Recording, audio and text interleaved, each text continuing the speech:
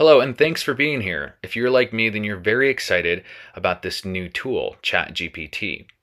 In this series of tutorials, I'm going to walk you through some practical use cases for ChatGPT in marketing. But before we start, you'll need to have an account set up with OpenAI.com. If you don't have one, go to openai.com/blog/ChatGPT. Feel free to pause the video now if you have to go do that. Once you have an account set up, you'll want to head over to the ChatGPT playground.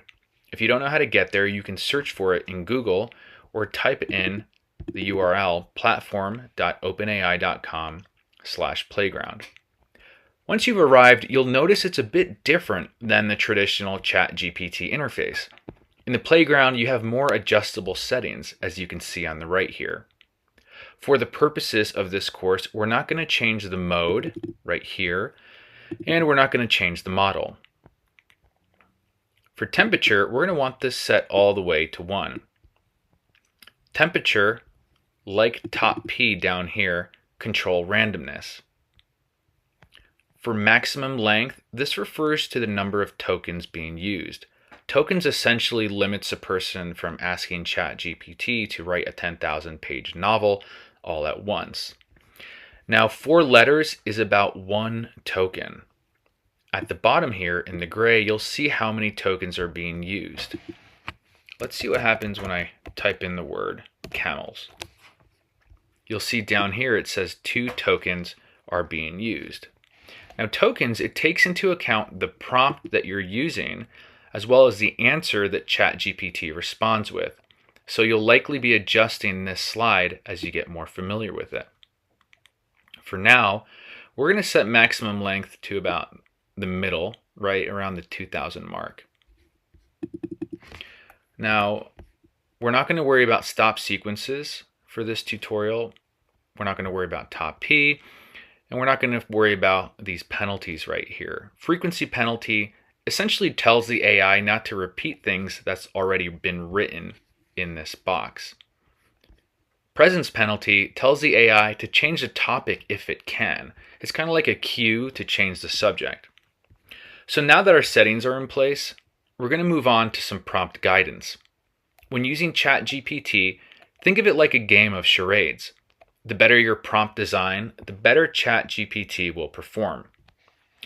Now, first step to prompt design is to define the problem or the task.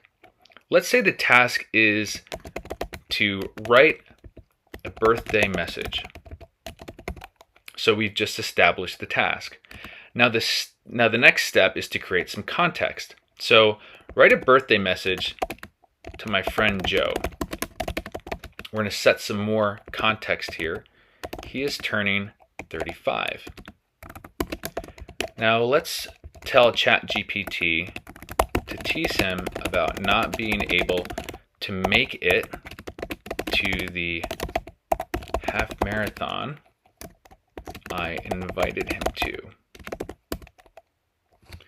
Now that we have our basic prompt set up, we're going to go down here to the submit button and we'll see what we get. So happy 35th birthday, Joe. It's hard to believe you're already this old. Unfortunately, you've let your age be an excuse for not sign up for the half marathon I invited you to. That's okay. I'm sure your smart, mature 35-year-old self has a good reason for skipping it. Have a great day. That's pretty good. That's a pretty good tease.